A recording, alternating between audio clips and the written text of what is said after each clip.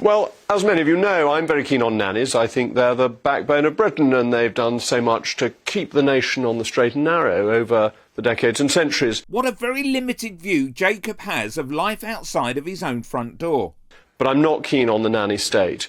And we seem to be hearing more and more about the nanny state interfering in our lives day after day. Let's hear an example then, Mogg.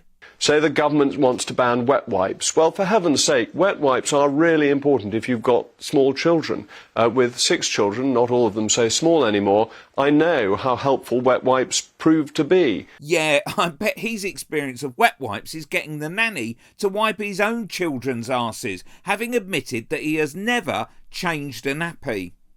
It has to be said they're a bit better than somebody spitting on a handkerchief and wiping the child's face, which is always pretty disgusting. Wet wipes serve a useful purpose. They make people's lives easier.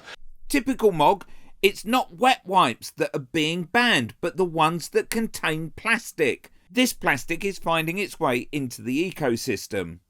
Mogg is the sort of person that thinks regulation should be dropped on companies, even if there is concerns over faulty products. Whatever next? Now we hear that power showers are going to be discouraged because we don't have enough water.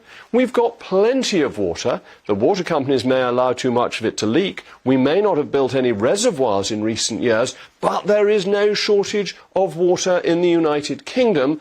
And what we need to do is meet consumer demand.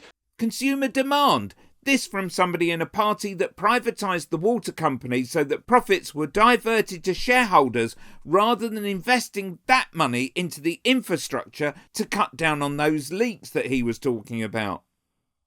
We'll be doing more videos on Jacob, think tanks and other politicians and their attack on what they refer to as the nanny state.